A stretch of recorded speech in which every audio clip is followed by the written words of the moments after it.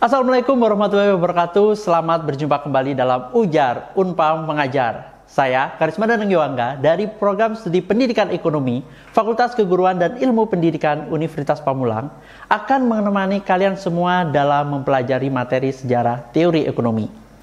Materi ini merupakan lanjutan dari serangkaian materi yang sudah kalian pelajari pada pertemuan-pertemuan yang lalu dan masih akan kita sajikan sampai beberapa video ke depan. Jadi, jangan sampai terlewatkan ya.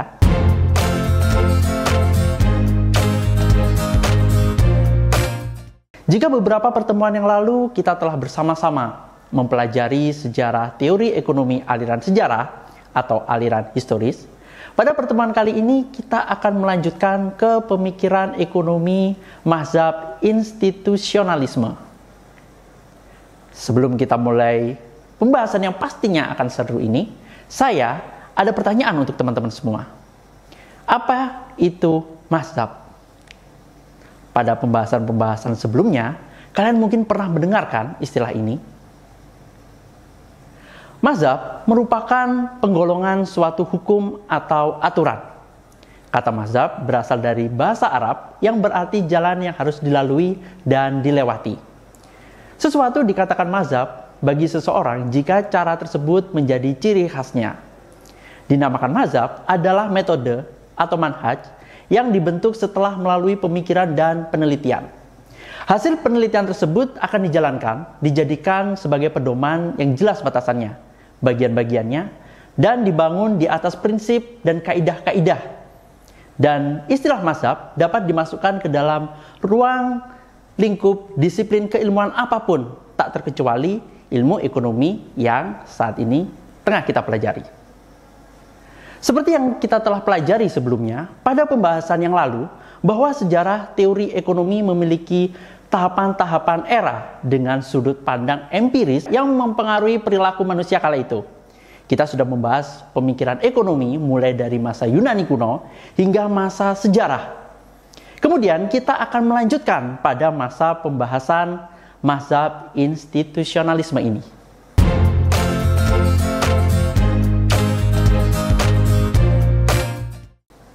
Ekonomi institusional secara umum adalah sebuah mazhab pemikiran dalam ilmu ekonomi yang berisi pandangan bahwa perilaku ekonomi atau economic behavior seseorang atau suatu pihak sangat dipengaruhi oleh institusi tertentu.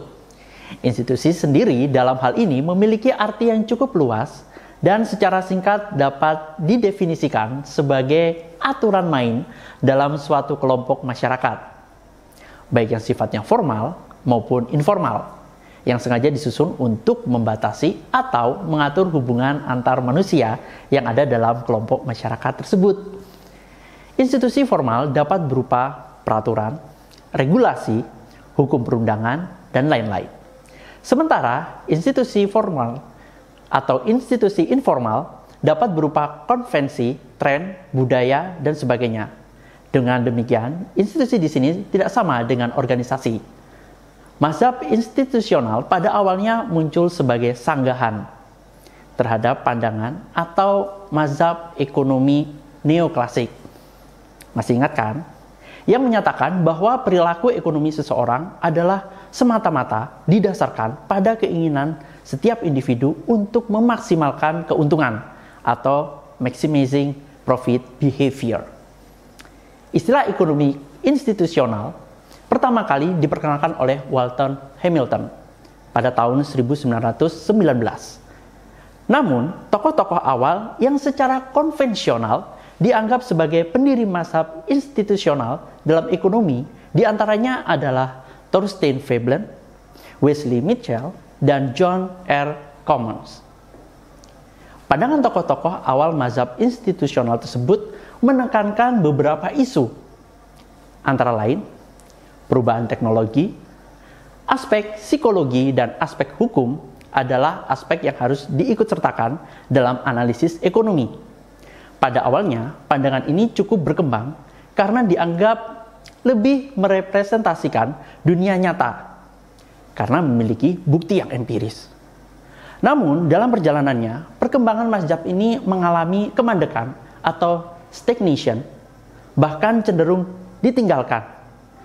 Kenapa? Karena tidak adanya pembahasan lebih lanjut dari para pendukung mazhab ini, yang pada akhirnya mampu membentuk dan memberikan landasan teori yang kuat.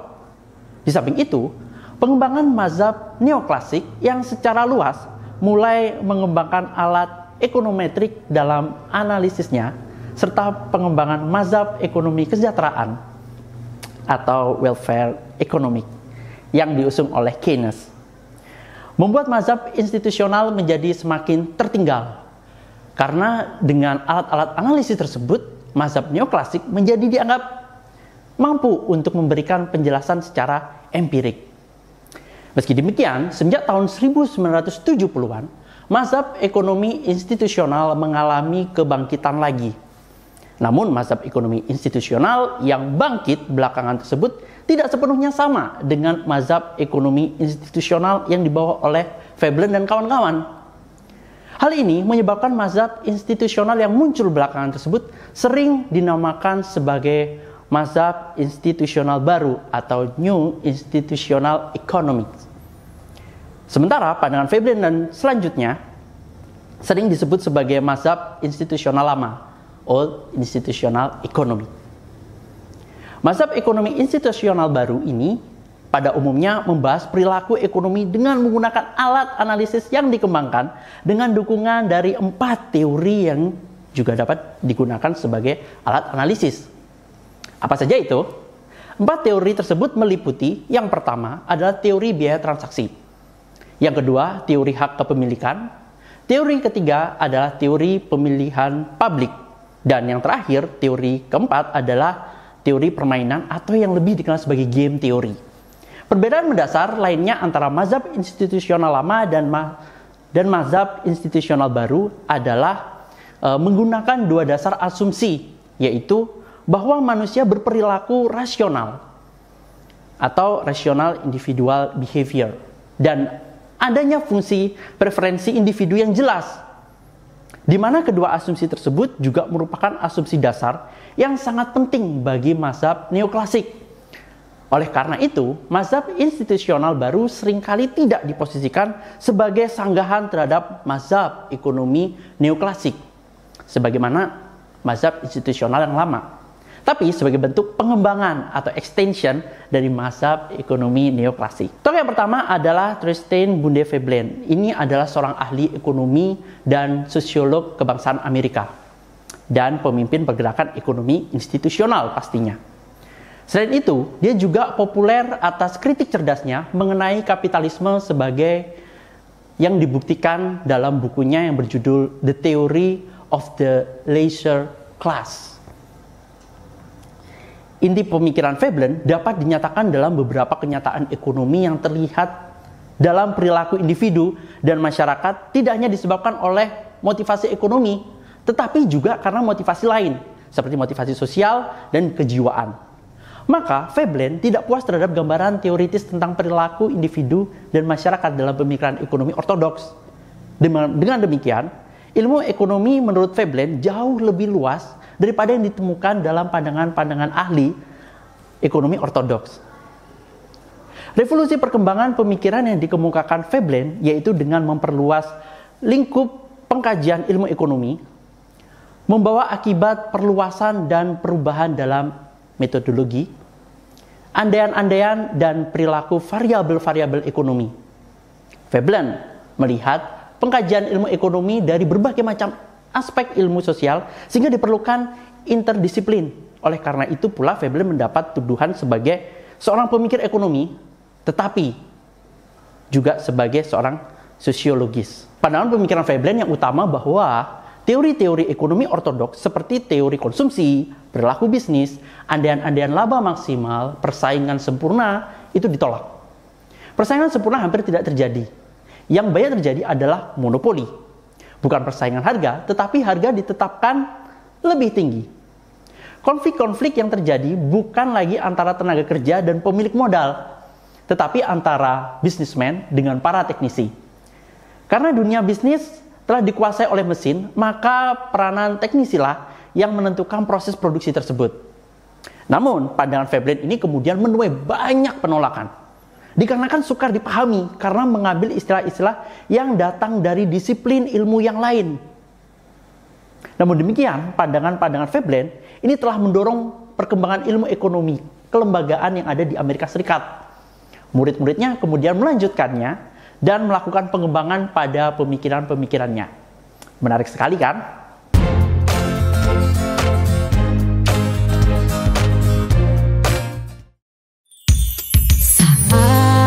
Kita bersama akhiri pandemi dengan vaksinasi, karena kan kita hadapi masa depan sehat, harapan kita semua. Jangan ragu, ayo bersama selamatkan negeri dengan vaksinasi.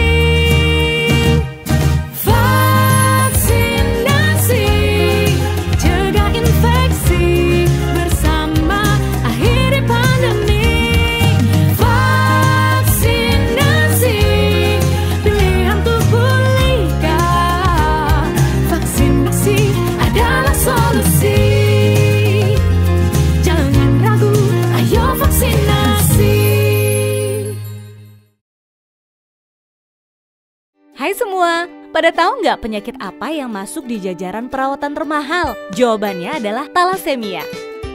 Talasemia adalah penyakit tidak menular yang berupa kelainan darah turunan, di mana usia darah merah lebih pendek dari normal. Jadi, sel darah merah mudah rusak dan penderita harus transfusi darah seumur hidup. Talasemia diturunkan kalau pembawa gen punya anak dengan sesama pembawa gen juga. Makanya, deteksi dini deh, biar tahu kita punya gen talasemia apa enggak.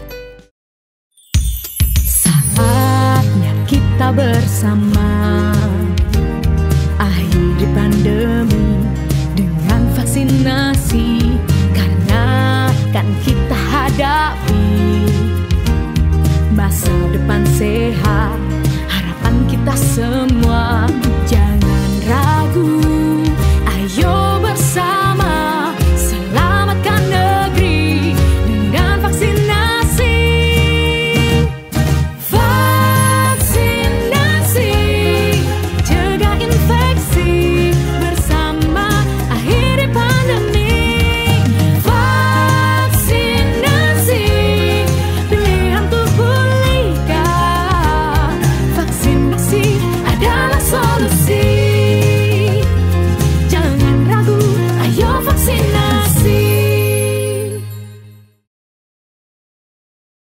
Masih ada yang khawatir divaksinasi. Iya Pak kata orang-orang kalau habis divaksinasi suka demam, kemerahan, bengkak di tangan nih. Tapi itu kan cuma sementara Pak, nanti juga hilang sendiri. Emangnya sampean udah divaksinasi? Nah, masih takut sama efek samping? Jangan khawatir. Umumnya setelah vaksinasi akan timbul reaksi, itu merupakan hal yang wajar. Namun biasanya bersifat ringan dan sementara. Setelah vaksinasi, jika terjadi nyeri, bengkak, atau kemerahan di tempat suntikan, kompres dengan air dingin. Jika demam, kompres atau mandi dengan air hangat. Perbanyak minum air putih dan istirahat, serta minum obat sesuai anjuran. Laporkan semua reaksi atau keluhan yang dialami setelah vaksinasi ke nomor yang tertera di kartu vaksinasi. Ayo divaksinasi, tak perlu khawatir, vaksin yang digunakan aman dan berkualitas.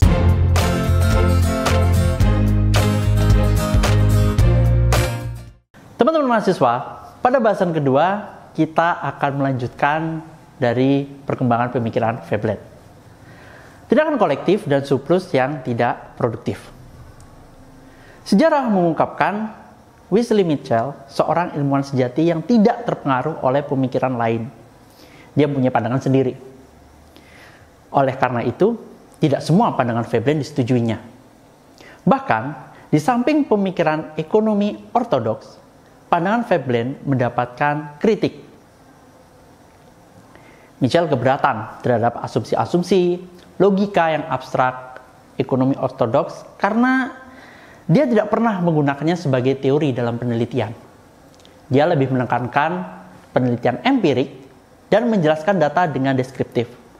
Pendekatan sejarah dengan mempelajari sebab-sebab yang menjadi kumulatif secara evolusioner digunakan dalam analisis siklus bisnis.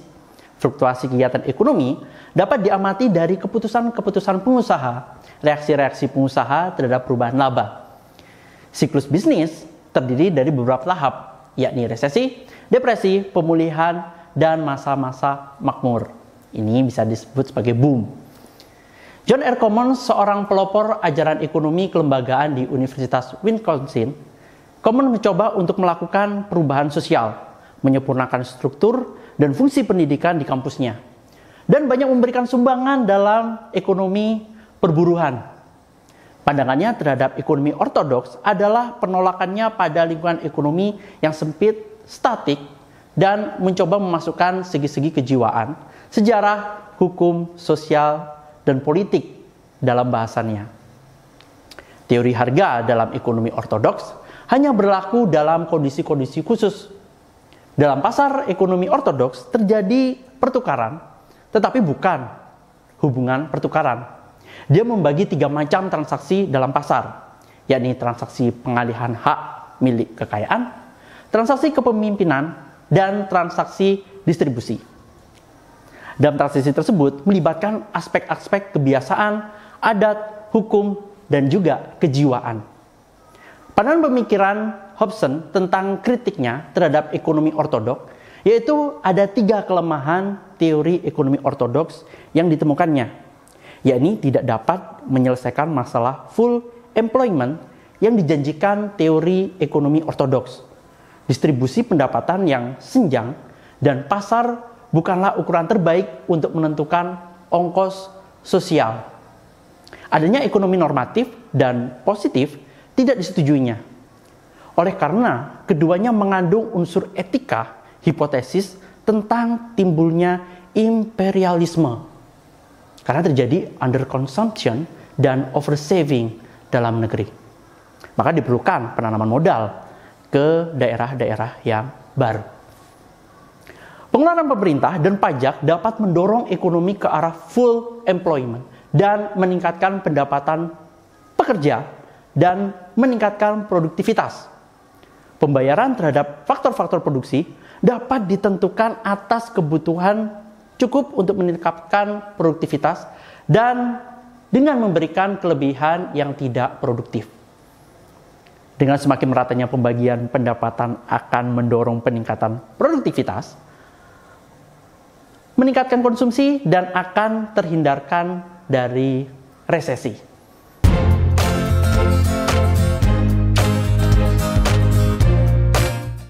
Hai semua, pada tahu nggak penyakit apa yang masuk di jajaran perawatan termahal? Jawabannya adalah talasemia. Talasemia adalah penyakit tidak menular yang berupa kelainan darah turunan, di mana usia darah merah lebih pendek dari normal. Jadi, sel darah merah mudah rusak dan penderita harus transfusi darah seumur hidup. Talasemia diturunkan kalau pembawa gen punya anak dengan sesama pembawa gen juga. Makanya, deteksi dini deh, biar tahu kita punya gen talasemia apa enggak. Apa yang dilaksanakan pemerintah saya dukung luar biasa. Dan saya mengharapkan masyarakat kita seluruhnya divaksinasi. Soalnya saya yakin sekali dengan diberikan bantuan vaksinasi, senang sekali. Teman-teman semuanya ya, apalagi yang lansia, yang muda, itu kan wajib kita sebagai umat dan sebagai masyarakat, mari kita ikuti aturan, vaksin itu baik. Saya sendiri sudah vaksin 2 kali, saya sehat. Mari kita taklukkan pandemi COVID-19. Sukseskan vaksinasi, tetap disiplin protokol kesehatan terutama 3M. Memakai masker, menjaga jarak, dan mencuci tangan. Kesehatan pulih, ekonomi bangkit.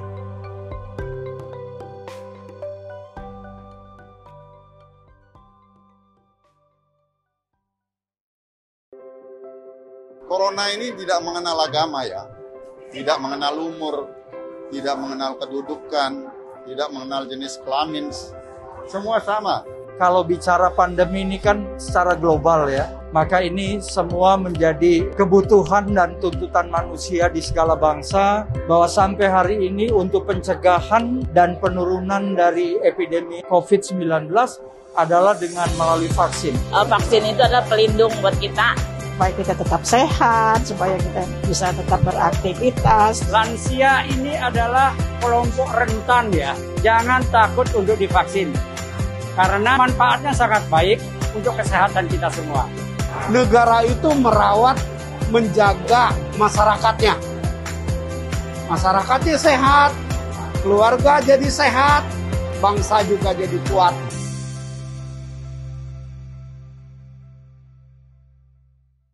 Alur pelayanan vaksinasi COVID-19 2 meja. Sasaran datang ke fasilitas pelayanan kesehatan yang sudah ditentukan sesuai jadwal. Memasuki ruang tunggu, petugas melakukan pengecekan data pada Peduli Lindungi dan memberikan kartu kendali untuk diisi. Dilanjutkan ke meja 1. Dilakukan screening, pemeriksaan fisik, dan vaksinasi. Petugas mengisi hasil screening dan vaksinasi pada kartu kendali. Pada meja 2 untuk pencatatan, dengan melakukan entry data dari kartu kendali ke dalam piker vaksinasi dan dilanjutkan dengan observasi selama 15 menit.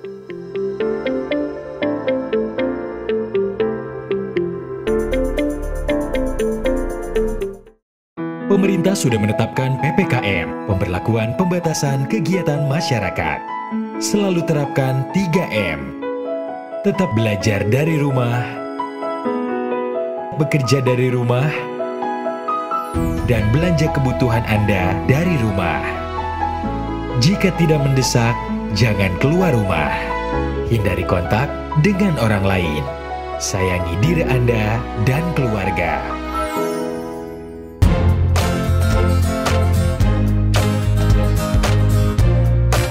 Oke teman-teman mahasiswa, dengan pemaparan tadi, jika dikaitkan dengan keadaan perekonomian saat ini, setujukah kalian dengan pemikiran mazhab institusionalisme ini? Coba kalian diskusikan.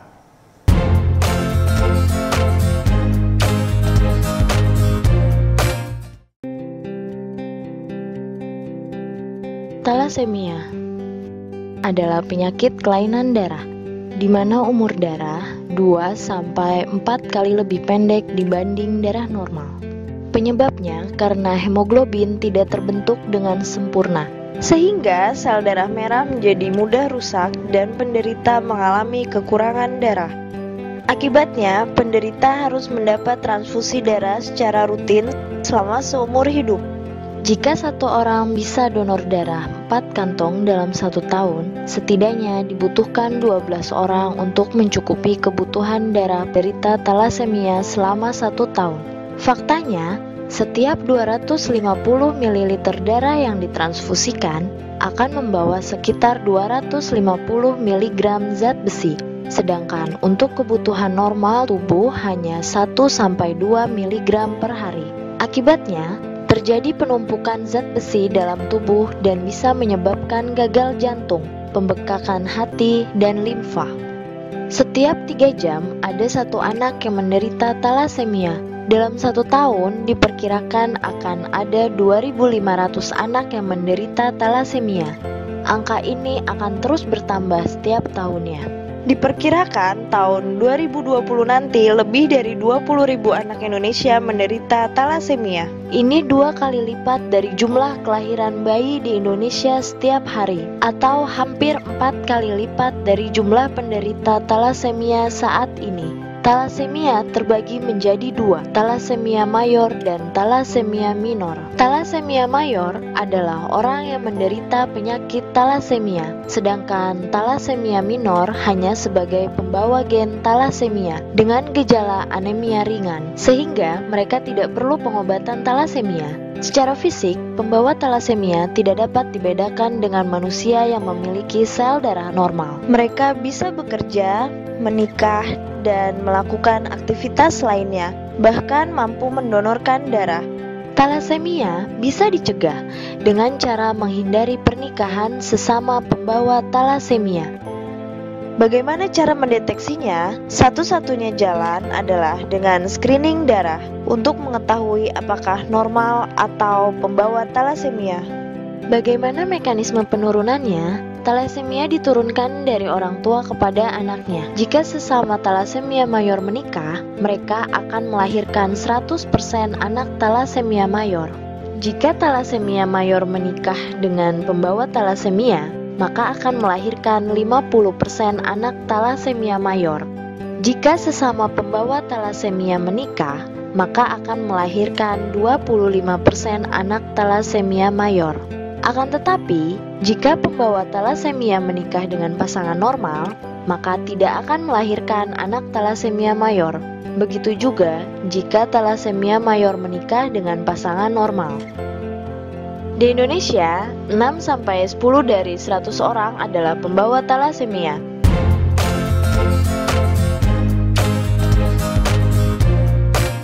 Teman-teman mahasiswa, jadi dengan pemaparan yang telah kita simak tadi, secara mendasar ekonomi institusional secara umum adalah sebuah mazhab pemikiran dalam ilmu ekonomi yang berisi pandangan bahwa perilaku ekonomi atau lebih dikenal sebagai economic behavior seseorang atau suatu pihak sangat dipengaruhi oleh institusi tertentu.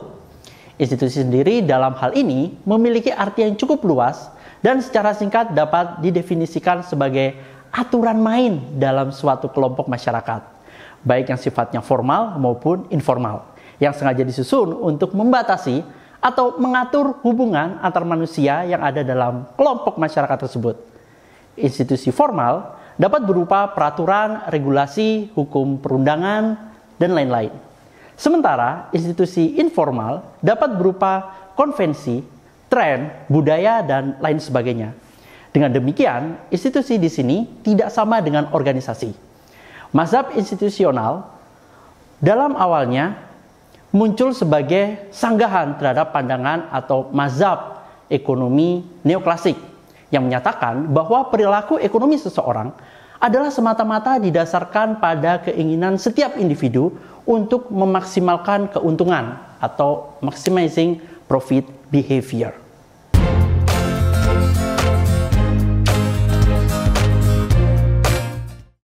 Pemerintah sudah menetapkan PPKM, pemberlakuan pembatasan kegiatan masyarakat. Selalu terapkan 3M. Tetap belajar dari rumah, bekerja dari rumah, dan belanja kebutuhan Anda dari rumah. Jika tidak mendesak, jangan keluar rumah. Hindari kontak dengan orang lain. Sayangi diri Anda dan keluarga. Hai Healthies, tahu gak sih kalau vaksinasi itu penting untuk mencegah penyebaran COVID-19?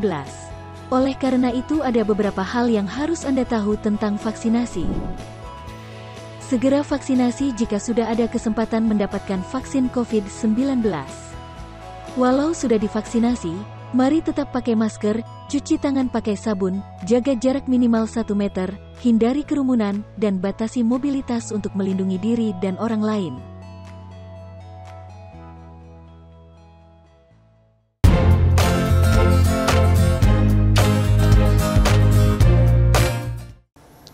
Demikian perjumpaan kita kali ini. Jangan lewatkan pertemuan depan yang akan membahas materi yang tidak kalah menarik. Saya Karisma Danang Yuangga, pamit. Sampai jumpa lagi di lain kesempatan. Wassalamualaikum warahmatullahi wabarakatuh. Salam ujar.